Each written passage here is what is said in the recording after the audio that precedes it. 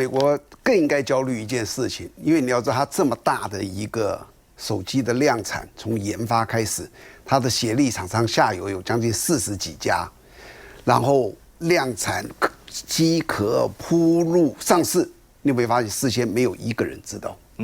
都没有消息。他怎么可能不知道 iPhone 怎么样，什么怎么样，哪里在做什么东西？那是很快市场上就会在传言的。可是他没有让任何一个人知道，而且你要知道，美国一定非常关注华为，你有没有偷偷摸摸在干什么？结果美国也不知道。就是说，他这个做情报的这种保密的程度哦，任正非堪比我们2战时代的戴笠。